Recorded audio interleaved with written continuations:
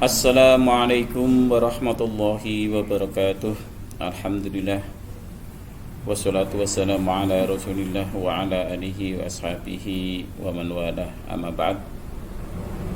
Selamat pagi, selamat ketemu lagi dalam pembelajaran jarak jauh. Bagaimana kabar kalian hari ini? Sehat? Mudah-mudahan senantiasa di bawah lindungan Allah Subhanahu wa ta'ala. Baik, untuk kali ini kita akan meneruskan pelajaran kemarin, masih di listrik dinamis. Kita pada kesempatan kali ini nanti akan membicarakan tentang konduktor dan isolator terkait dengan hambatannya. Ada rangkaiannya, nantinya ada rangkaian seri, paralel maupun gabungan. Untuk itu kita simak video berikut ini. Baik, untuk materi kita, nah di sini ada istilah konduktor, ada istilah isolator. Apa sih bedanya? Untuk mengetahui perbedaan antara konduktor dan isolator, bisa kalian perhatikan gambar berikut ini ya. Jadi manakala kayu kita hubungkan dengan dua kutub ya, listrik yang ada sumber arusnya, maka yang terjadi di sini listriknya mati ya. Kemudian bagaimana kalau kita ganti dengan plastik ya? Plastik yang kita pasang ya, maka yang terjadi listrik juga mati. Nah, bagaimana kalau kita ganti dengan aluminium ya? Nah, ketika aluminium kita sambungkan di dua kutub listrik ini, ternyata lampunya menyala, berarti di sini ada aliran arus. Nah, bagaimana kalau itu besi? Kita lihat, kalau itu besi,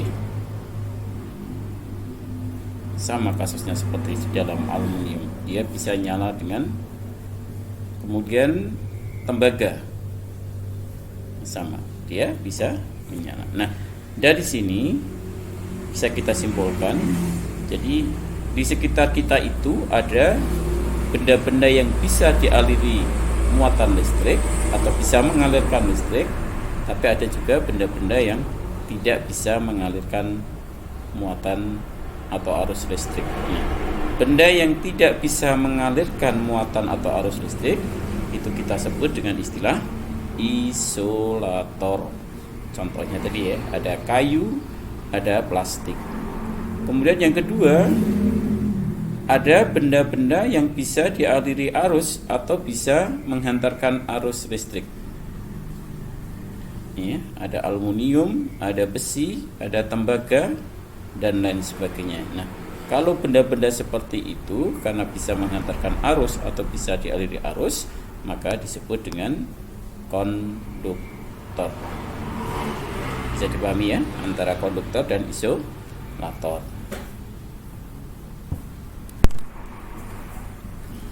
Baik, kemudian kita masuk di hambatan dan rangkaian hambatan. Sekalian, ketika kita mengalirkan arus melalui kawat penghantar atau tadi kita sebut dengan istilah konduktor, maka aliran arus di penghantar itu bisa diibaratkan seperti aliran di air sungai. Bisa dipahami ketika di sungai itu sedikit penghambatnya, apakah itu sampah atau bebatuan, maka makin deras atau makin lancar arus airnya. Nah, begitu sebaliknya, kalau banyak penghalangnya, banyak penghambatnya, maka arus airnya juga akan mengalami tidak cepat, berarti melambat, tidak deras, tidak lancar. Nah, demikian juga dengan arus listrik yang kita lewatkan ke penghantar atau konduktor itu tergantung hambatan yang ada di dalam kawat itu. Makin kecil penghambat di dalam kawat, makin lancar arusnya. Makin besar penghambat di dalam kawat, maka makin tidak lancar arusnya. Nah, hambatan di dalam kawat penghantar itu dipengaruhi oleh 3 faktor. Ya. Faktor yang pertama, ya, sebanding dengan panjang kawat atau L. Apa maksudnya? Makin panjang kawatnya, maka makin besar hambatannya. Ya, seperti kalau kita di jalan raya, ya, makin jauh yang kita tempuh jalan itu, maka resiko di jalan pun makin besar. Karena apa? Hambatan di jalan makin besar. Kemudian yang kedua, berbanding terbalik dengan luas penampang kawat atau A. Artinya apa? Makin luas penampang kawatnya, maka nanti hambatannya makin kecil. Ya. Jadi makin besar kawatnya, maka hambatannya akan makin kecil. Ya, sama seperti jalan raya, makin luas jalannya, secara otomatis di sana hambatannya atau resiko terjadi kecelakaannya akan makin kecil. Beda kalau jalannya sempit tapi banyak orang yang melewatinya, di sana akan banyak resiko terjadinya kecelakaan. Nah, di sini juga demikian. Kalau kawat penghantar itu makin besar, luas penampangnya makin besar, maka hambatannya akan semakin kecil. Kemudian yang ketiga, sebanding dengan hambat jenis kawat atau row. Ya, artinya apa? Makin besar hambat jenisnya, makin besar harga row-nya, maka hambatannya makin besar. Sehingga secara matematika hambatan itu bisa dirumuskan, ya, R sama dengan rho kali L dibagi A. Jadi hambatan itu sebanding dengan massa jenisnya, sebanding dengan panjang kawatnya, tapi berbanding terbalik dengan luas penampangnya. Jadi R sama dengan rho kali L dibagi A, ya. Dengan R itu adalah hambatan, satuannya adalah ohm. Kemudian L itu adalah panjang kawat, satuannya meter. Kemudian A itu adalah luas penampang kawat, satuannya meter persegi. Dan rho itu adalah hambat jenis kawat dengan satuan ohm meter. Untuk lebih jelasnya, mari kita ikuti contoh soal berikut ini. Contohnya, sepotong kawat panjangnya 1000 meter mempunyai luas penampang 10 mm persegi. Kemudian hambat jenisnya 0,017 ohm milimeter persegi per meter. Pertanyaannya, hitung besarnya hambatan kawat tersebut. Nah, dari situ bisa kita tahu, ya, diketahui di dalam soalnya panjang kawatnya, panjang tadi L 1000 meter, kemudian luas penampang kawatnya adalah 10 mm persegi A. Kemudian hambat jenisnya atau rho-nya adalah 0,017 ohm milimeter persegi per meter. Ditanyakan, ya, hitung besarnya hambatan kawat, ya, berapa R, ya, sehingga jawabnya dari rumus yang sudah terpampang di depan tadi, R sama dengan rho kali L per A. Kita masukkan datanya, ya, rho 0,017 kali L itu 1000 dibagi 10, maka ketemunya adalah 1,7 ohm. Jadi hambatan yang ada di dalam kawat sepanjang 1000 meter tadi adalah 1,7 ohm. Bisa dipahami, ya?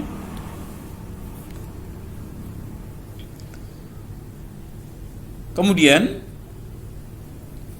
hambatan itu nanti secara sketsa bisa kita gambar dengan seperti ini, ya. Ini adalah gambar dari hambatan atau seperti ini. Hambatan itu sering disebut juga dengan istilah resistor. Ya, besarnya hambatan itu namanya resistensi. Nah, alat untuk mengukur besarnya hambatan tadi kalau dengan hitungan dengan rho sama dengan R sama dengan rho kali L per A. Nah, bisa juga diukur dengan dengan alatnya disebut dengan istilah ohmmeter. Nah, seperti yang sudah berlalu, ya, jadi kuat arus diukur dengan ampermeter, tegangan listrik diukur dengan voltmeter, kemudian hambatan diukur dengan ohmmeter. Nah, sekarang bisa dikemas dalam satu alat. Nah, di tempat-tempat servis elektronika dia memiliki alat yang memiliki 3 fungsi. Apa fungsinya? Untuk mengukur kuat arus, mengukur tegangan, dan mengukur hambatan. Maka alatnya kita namai dengan istilah avometer.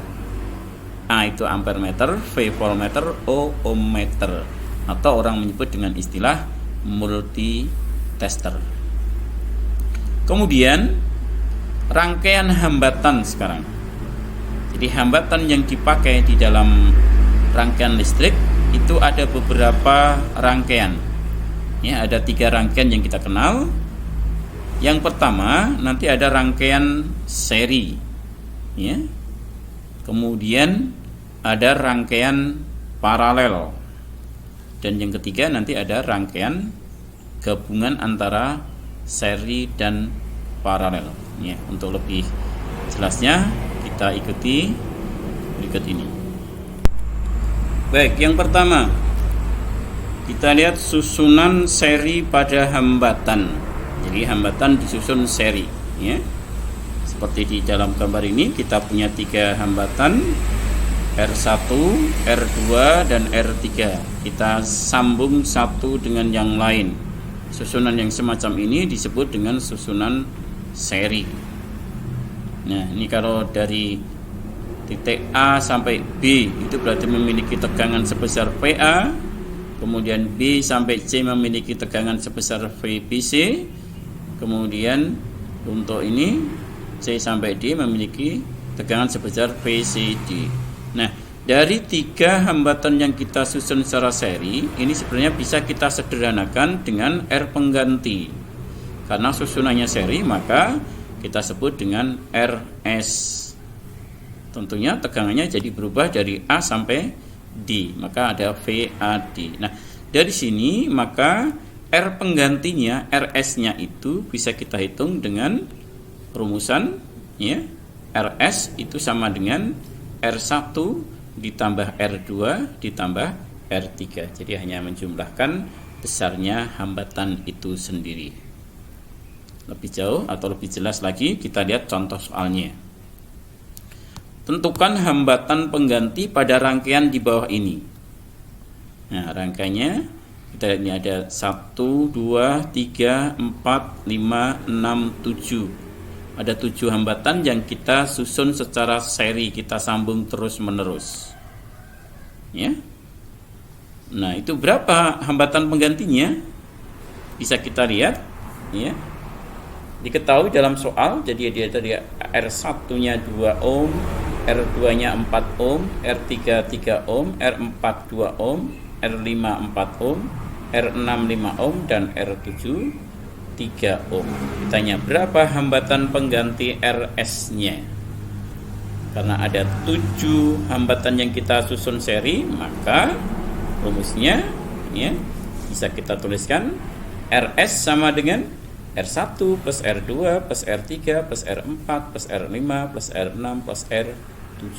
Kita masukkan datanya, ya, 2, 4, 3, 2, 4, 5, 3.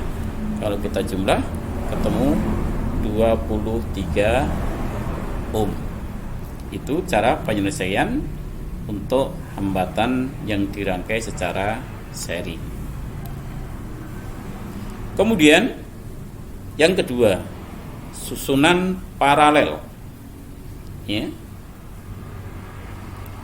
Contohnya kalau kita punya 3 hambatan, kita susun seperti ini ya, berangkai dari atas, tengah, bawah penyusunannya. Nah, penyusunan seperti ini namanya disebut penyusunan paralel. Nah, dari 3 hambatan R1, R2, R3 ini juga bisa kita simpelkan, bisa kita ringkas menjadi satu hambatan pengganti. Karena ini rangkainya paralel, maka kita sebut dengan istilah RP. Berapa besarnya RP? Maka untuk RP itu bisa kita peroleh dari ini. 1/RP sama dengan 1/R1 ini ya, 1/R2, 1/R3. Ingat, ini baru 1/RP. Maka untuk mencari berapa RP, nanti RP sama dengan, ya mestinya dibalik formulasinya ya, dari bawah dibagi atas. Untuk lebih jauh, lebih memahami rumus ini, perhatikan contoh berikut ini. Kita memiliki 3 buah hambatan ya, kita susun secara paralel. Hitunglah besarnya hambatan pengganti dari rangkaian berikut. R1-nya 60 ohm, R2 120 ohm, R3-nya 40 ohm. Ya, berapa hambatan penggantinya? Kita lihat dulu datanya ya. R1-nya 60 ohm, R2-nya 120 ohm, R3-nya 40 ohm. Ditanyakan berapa hambatan pengganti, karena ini rangkaian paralel maka RP. Ya, maka jawabnya rumus yang kita pakai tadi 1/RP sama dengan, karena ini 3 hambatan, maka 1/R1 plus 1/R2 plus 1/R3. Kita masukkan datanya 1/60 plus 1/120 plus 1/140. Nah, dari sini ada pembilang, ada penyebut. Secara matematika kalau penjumlahan tapi penyebutnya belum sama, maka penyebut harus disamakan dengan menggunakan KPK. Ya, KPK dari 60, 120, 40 itu sama dengan 120.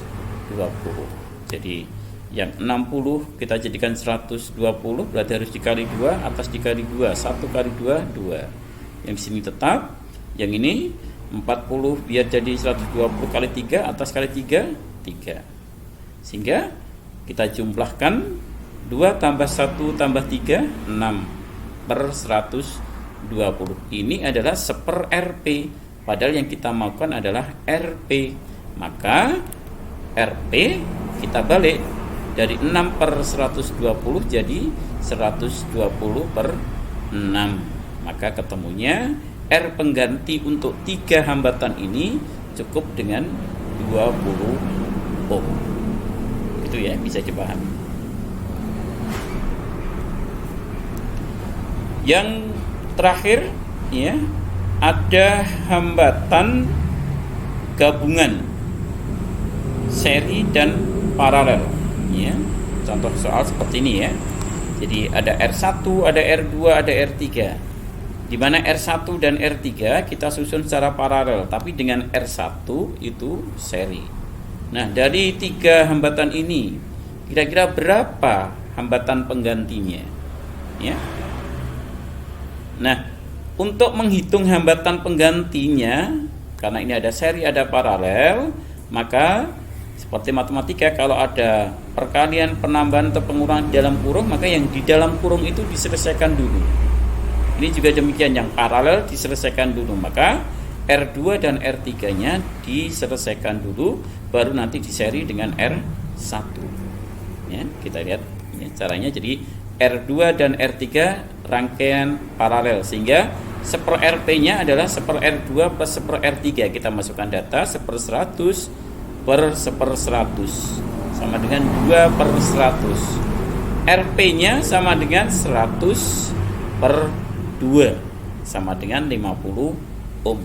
Baru setelah ketemu kita rangkai seri dengan R1 ya, karena ini adalah seluruh hambatan pengganti, maka kita sebut dengan istilah R total. Maka R totalnya adalah RP ditambah R1. RP-nya 50 ohm, R1-nya 50 ohm. Ketemu 100 ohm. Demikian untuk pembahasan tentang rangkaian hambatan baik seri, paralel atau gabungan. Mudah-mudahan bisa dimengerti, bisa dipahami. Selanjutnya untuk memudahkan kita menghadapi soal-soal yang terkait dengan rangkaian hambatan. Dari saya cukup sekian dulu. Assalamualaikum warahmatullahi wabarakatuh.